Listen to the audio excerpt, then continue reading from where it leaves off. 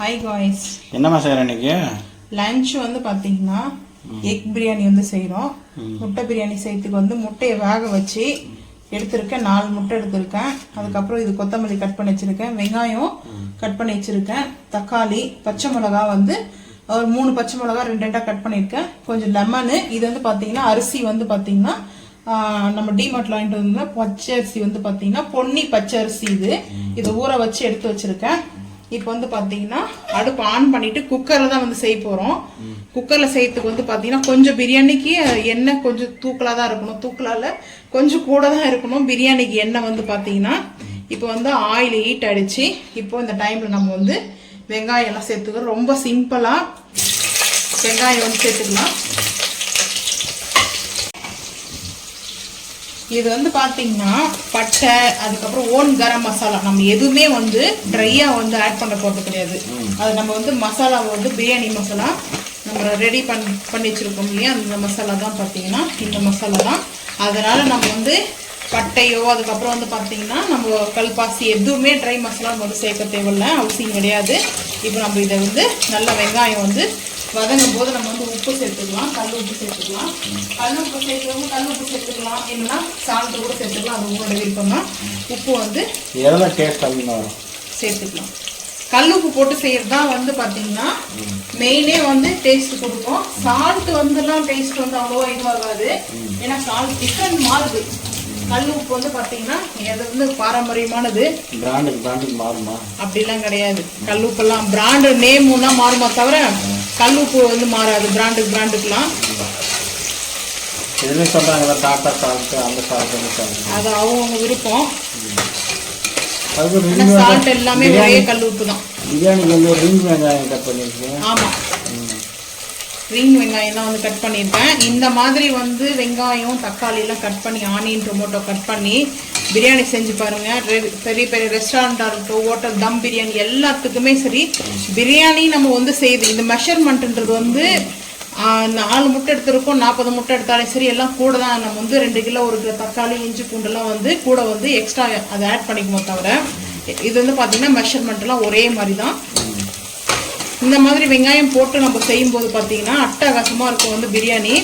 இப்போ வந்து பார்த்தீங்கன்னா இந்த மாதிரி வந்து குக் ஆகணும், கோல்டன் ப்ரௌனில் வரக்கூடாது. வெங்காயம் பார்த்தீங்கன்னா நல்லா வதங்கின ஸ்டேஜில் இருக்கும்போது நம்ம இப்போ வந்து பார்த்தீங்கன்னா நம்ம தக்காளியும் பச்சை மிளகாயும் அப்படியே சேர்த்துருவோம்.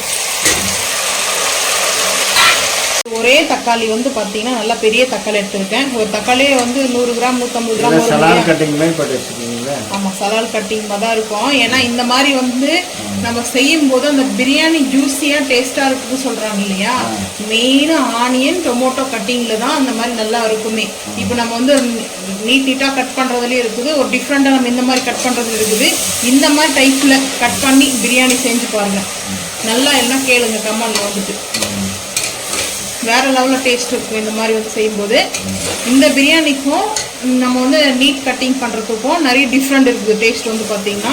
இது நல்லா குழஞ்சி நல்லா சூப்பராக வந்து பார்த்தீங்கன்னா நல்லா மசிஞ்சிரும் பார்த்தீங்கன்னா இதுலேயே. இப்போ நம்ம இந்த கரெக்டாக இது வந்து குக் ஆகும்போது நம்ம இப்போ வந்து நான் இஞ்சி பூண்டு பேஸ்ட் வந்து வீட்டிலே தான் அரைச்சிட்டேன். ஏன்னா இஞ்சி பூண்டு பேஸ்ட் வந்து வாங்கிட்டு வரல. நான் வந்து கரெக்டாக 1 ஸ்பூன் கூட கொஞ்சம் ஒரு 1/4 டீஸ்பூன் ஊற்றிக்கலாம். ஏன்னா பிரியாணிக்கு வந்து இஞ்சி பூண்டு பேஸ்ட்டு நல்லா இருக்கும், அப்போ தான் வந்து டைஜஷன் ஆகும். அந்த பிரியாணிக்கு ஒரு டேஸ்ட்டு, ஃப்ளவர் எல்லாமே நம்மளுக்கு வந்து சூப்பராக பக்காவாக கொடுக்கும். இப்போ வந்து பார்த்திங்கன்னா இஞ்சி பூண்டு பேஸ்ட்டு போட்டு நம்ம நல்லா வந்து வதக்கும் போது கொத்தமல்லி கொஞ்சமாக வந்து போட்டுக்கணும். புதினாவும் ஆட் பண்ணலாம். புதினா வந்து வாங்கிட்டு வரல, கொத்தமல்லி மட்டும்தான் வாங்கிட்டு வந்தேன். இப்போ அதை வள்ளிக்கு வச்சு நல்லா இந்த மாதிரி நல்லா ஜூஸியாக பார்க்கும்போது எப்படி இருக்குது, ஜூஸியாக இருக்குது. இது வந்து அடி பிடிக்காது. மெயினாக வந்து பார்த்திங்கன்னா அடி பிடிக்காது. நம்ம எப்பவுமே வந்து பார்த்தீங்கன்னா பட்டர் போடுவோம், கீ ஊற்றுவோம் பிரியாணிக்கு. இன்னைக்கு நம்ம பட்டரோ கீ எதுவுமே சேர்க்கல, ஒன்லி ஃபார் ஆயில் மட்டும்தான் ஊற்றிருக்கேன். ஆயில் வச்சே நம்ம வந்து பிரியாணி எப்படி செய்யலாம். ஏன்னா நிறைய பேர் வந்து கேட்குறாங்க, நீங்கள் பட்டர் போடுவீங்க, அதுக்கப்புறம் வந்து பார்த்தா கீ போடுவீங்க, ஆயில் வச்சு செய்கிற மாதிரி செய்ய சொல்லி அது செஞ்சு போடுங்கக்கா அப்படி சொல்லியிருக்காங்க, கமெண்ட் பண்ணியிருக்காங்க. அவங்களுக்காக தான் நம்ம இந்த பிரியாணி வந்து செய்கிறோம். டேஸ்ட் அட்டகாசமாக இருக்கும். நல்லா வந்து பார்த்திங்கன்னா இப்போ வந்து வதங்க ஆரம்பிக்குது. இந்த நல்லா நம்மளுக்கு இது வதங்கும் போதே நம்மளுக்கு வந்து தக்காளி எல்லாம் நல்லா மசிஞ்சிச்சு பாருங்க. இந்த மாதிரி நம்மளுக்கு ஜூஸியாக வருது. தக்காளிலாம் வந்து பார்த்தீங்கன்னா இன்னும் ஒரு 2 நிமிஷம் இருக்கட்டும்.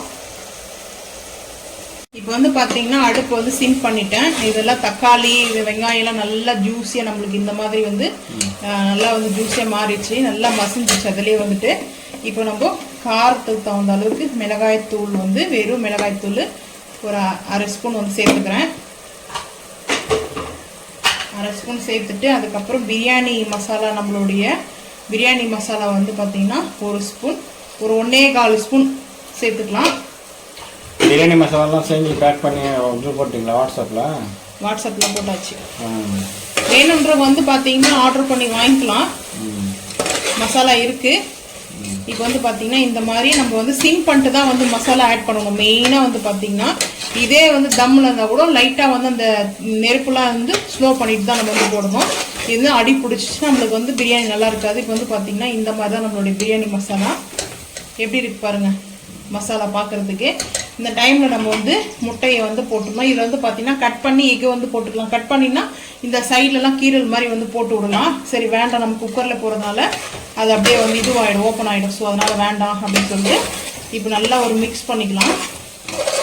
மிக்ஸ் பண்ணிவிட்டு இப்போ அந்த எக்கோடைய மசாலாவோட பாருங்கள் எப்படி இருக்குது. Egg masala biryani ready. இது வந்து பார்த்தீங்கன்னா சூப்பராக இருக்கும், கரம் கரம் மசாலா பிரியாணி. இப்போ வந்து நம்ம அரிசி வந்து அப்படியே சேர்த்துக்கலாம். அரிசி வந்து பார்த்தீங்கன்னா நம்ம இப்போ இந்த மசாலா வந்து ஆட் பண்ணது மெயினாக வந்து சொல்லிடுறேன். இந்த மசாலா வந்து நம்ம ஆட் பண்ணது வந்து பார்த்தீங்கன்னா இதிலே ஜூஸியாக நம்மளுக்கு தண்ணி இருக்குது. ஒரு டம்ளர் அரிசி போட்டோம்னா 2 டம்ளர் வந்து தண்ணி வைக்கணும். நம்ம வந்து இப்போ 1.5 வச்சா மட்டும் போதும். ஏன்னா 1/2 டம்ளர் தண்ணிக்கு நம்மளுக்கு இந்த மசாலா. இது வந்து பச்சை அரிசி, பொன்னி பச்சை அரிசின்னு சொல்லிட்டு டிமார்ட்லேருந்து வாங்குவது, பிராண்டோடைய பேர் அதுதான். இப்போ வந்து பார்த்தீங்கன்னா 2 விசில் வந்து வச்சாச்சு. நம்மளுக்கு வந்து அப்படியே நான் ஓப்பன் பண்ணல, இந்த ப்ரெஷர் வந்து லைட்டாக இருந்தது. இது வந்து ரிலீஸ் பண்ணிடலாம். ப்ரெஷர் ரிலீஸ் ஆனதுக்கப்புறம் ஓப்பன் பண்ணி பார்ப்போம். பிரியாணி சூப்பராக இருக்கும், அடியெல்லாம் பிடிக்காம சும்மா பலன்னு இருக்கு பாருங்க. பிரியாணி எப்படி இருக்கு? சூப்பராக இருக்கு. பிரியாணி கடை மாதிரியே இருக்குங்களா? இந்த பாருங்க, அடியெல்லாம் பிடிக்கல.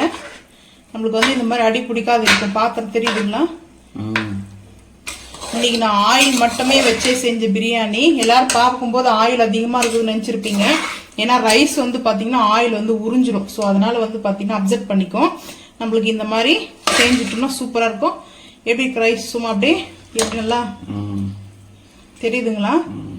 இந்த மாதிரி தான் வந்து ஹோட்டல் கடையெல்லாம் வைப்பாங்க. வந்து பிரியாணிலாம் வந்து பார்த்தீங்கன்னா சூப்பராக இருக்கும். ஹோட்டல் கடை எப்படி இருக்குமோ சிக்கன் மட்டன் பிரியாணி அந்த மாதிரி அட்டகாசமாக இருக்குது. இருக்கிறது தான் லைட்டாக லெமன் நம்ம ஊற்றுறோம். உடனே தம் வந்து ஓப்பன் பண்ணக்கூடாது. குக்கர்லேயே ஏதோ ஒரு 10 நிமிஷம் நம்ம வந்து தம் விட்டா தான் நம்மளுக்கு சாஃப்டாக ரைஸ் எல்லாம் நல்லா குக் ஆயிருக்குங்களா? டேஸ்ட் ஃப்ளவர் எப்படி சூப்பராக இருக்கா? டிஃப்ரெண்டாக இருந்ததா? நீங்கள் கேட்டிங்களா ரிங் டைப் போட்டிங்கன்னு சொல்லிட்டு. ஆனியன் எப்படி இருக்குது இப்போ? நல்லா சூப்பராக. ஓகே, நம்ம பிளேட்டிங் பார்த்துக்கலாம். இப்போ வந்து பார்த்தீங்கன்னா பிளேட்டிங் பண்ணிக்கலாம். ரைஸ் பாருங்கள் எப்படி உதிரியாக இருக்குது. அதுக்காகவே நான் வந்து இந்த மாதிரி காமிக்கிறேன்.